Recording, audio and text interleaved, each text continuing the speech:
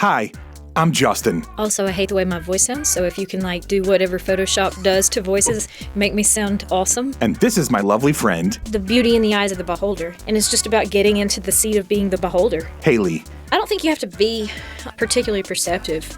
I just think you have to look up. This podcast is mostly just her telling me stories. If you expose yourself to the possibility that this might be really awkward, there can be something just really cool on the other side of it. She thinks that her life and way of looking at things are Oh, I was kind of waiting on you. I thought you were getting your stuff ready. You're waiting on me? pretty normal. You got to edit out all the misinformation about the Amish. Maybe you can relate. I would like a chance to re-sing the Amish Paradise. If you want lighthearted stories All right, you want to talk about goats? and stream of consciousness, I just woke up and needed some friends, and so I bought them. then you're gonna like the Sunny Side Up podcast. Sunny side up, sunny side up, sunny side up, sunny side up. So, if you're at all like me, you may feel that you're living in a world that can be a bit overwhelming and confusing at times. I'm also a huge fan of podcasts, documentaries, docudramas, stories, and of just information in general. Between all of that and the social media and news, sometimes our brains can feel like they're on overload. Hayley and I hope that this podcast can be something of an antidote to all of that. Like little jello shots of joy and distraction. None of it is too serious or really too informative. Mostly it's just two friends who have conversational chemistry talking about whatever enters the minds of relatively ADHD people. We hope you enjoy. The Amish, though, I was just hearing about something literally in the last few days, so it is funny. Of course, we talk about the Amish a lot. The Amish get way more They don't play. talk about us. Why are we keep talking about them?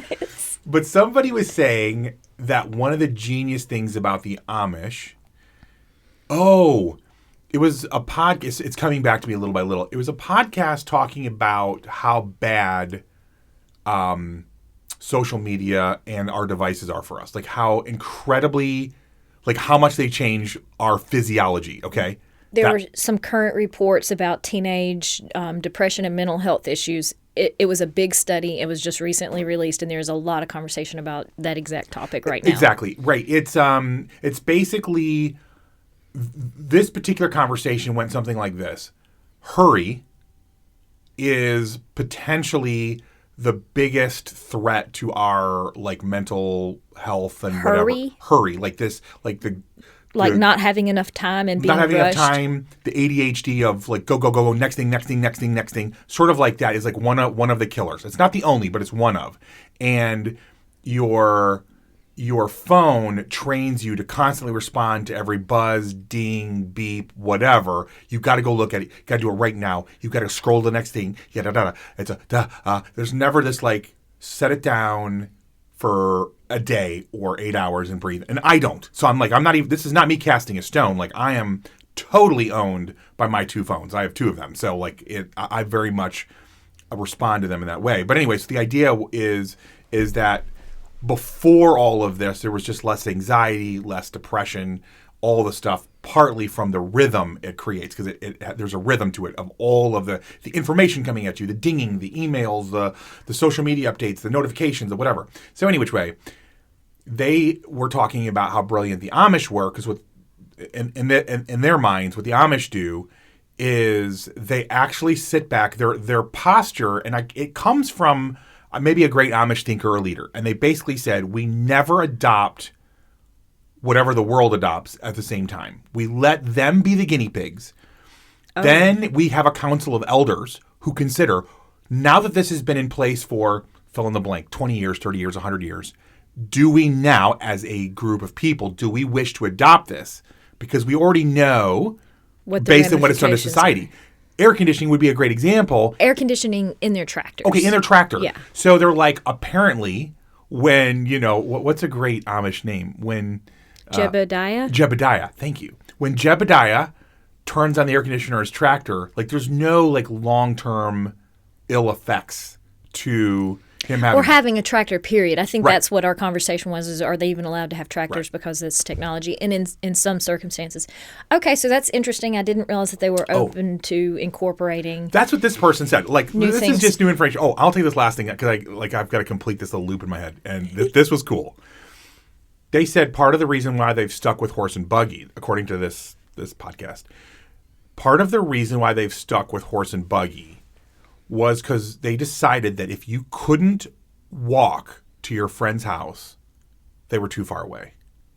So which this is the thing. Community. Thank you. Which in season 1, when I talked about one of the upsides of cults, it is built-in. Right, you have built-in village and community. However fractured, weird, fraught with like social hierarchies and all the rest of it is, those are all true in most cults, but you do have community. And we talked about this too. If hurry and loneliness or like whatever are like some of the biggest things facing American mental health crisis drivers. Yep.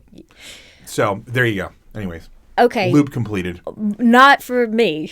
I am still in your loop. Number one, when you say the hurry and the anxiety and the phone, yes. I actually saw a preacher talk about that, but it was Stephen Furtick, and I know people are like, oh, mega church pastor, blah, but it was actually a good conversation. I think you can wear $2,500 sneakers and still make good points. He makes many good points, I know. I think. Yeah, what are you going to do? I know. Yeah. Don't But shoot the messenger. His was like, you've got this, it's in your pocket, it's constantly updating, and you feel it's okay to disengage. But one of the 7 habits of highly effective people things. Covey. Yes, throwing Another back book to I my didn't read. 90s upbringing. Yeah. One of the nuggets in there was prioritizing between the urgent and the important. Yeah. And it's as simple as that. Sometimes just removing the urgent from your plane of view so that you can focus on what you need to focus on, or not focus on anything, because rest is so important. Right. Okay, and on that note, Sabbath, another Sabbath, thing. Sabbath, Yes, Sabbath, thank you. Sabbath. In rereading the Bible and studying and going through the podcast, the Bama podcast with Yeah. you, the Shout out to emphasis Marty. is, the importance of rest. That's an important lesson that's gotten cast aside, but the importance of community. I know. And of hospitality. Well, and that's how my little Jewish, ancestors, and to this day, like even the Jewish folks that are not religious, in other words, somewhere between atheist to agnostic to just barely practicing whatever. Yeah. The one thing they do that, like, me and my brothers have tried to figure out, like, why are Jews the most successful people group on the planet? And it is definitely not a conspiracy theory. Like, the conspiracy theory falls apart as soon as you try to figure out why the tiniest group of people imaginable is so astoundingly successful. Like, who would be incentivized to keep them the most, right? It has got to be an intrinsic thing within that community. So they're like, okay, if we take away conspiracy theories and just like, let's just study them like you should any successful group of people, there's a reason why, right? Not a conspiracy. There's probably something you're doing. Let's learn from them, right? And by the way, different communities are successful in different ways. Right. I will say the Jewish folk are successful in business in an extraordinary way. There may be other areas they're not as successful in, but they're really great in business and inventions and things like that. So, me and my brothers, like, there's no science behind this, but I will battle on this one. We believe that their families staying together, linked very closely to the honoring of Shabbat every week, Yes. is probably the reason why. So they're forced to hang out for 24 hours, extended family, all together, and they can't do anything. And so for 24 hours, you get sloshed, you eat good food, and you talk about, you argue about Torah, sports, and politics, or typically, from my Jewish friends I've talked to, that's what they kind of argue about. Are doing. Yeah, but they're all forced to be together, and they do this year over year over year. Every week, they can't do anything for a full day. Like, if you honor that as a people, and you keep your family intact, how much would that boost your gross productivity? Yeah, and depending on the family, sometimes it does you a good service for it to fall apart so you can get away from it. But yeah, the family staying together provides some stability, and then there's like built-in network of support, and I think you can really use that as a good launching pad in most regards. stability is gonna be beneficial. Shabbat, yeah, it's cool to kind of kick back with your extended family and talk and have those good times, but the importance of rest is so overlooked in the American landscape. True. And I say rest, recreation, play, whatever, where you're unplugging from trying to constantly be productive. Yeah.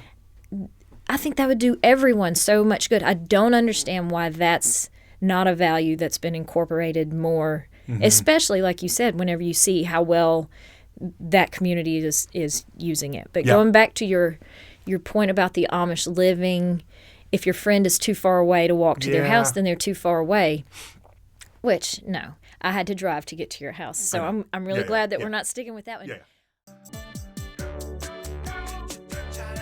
Hello, lovely friends. Thank you so much for hanging out with us. And it would mean the world if you would tell other people about this podcast and maybe even spam your social media accounts with just how much you're enjoying it.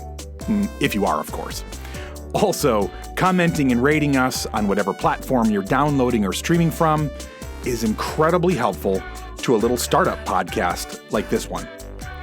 On the other hand, if you are dissatisfied with your listening experience, please leave all of that hate on someone else's podcast. Just maybe to confuse them a little bit, right?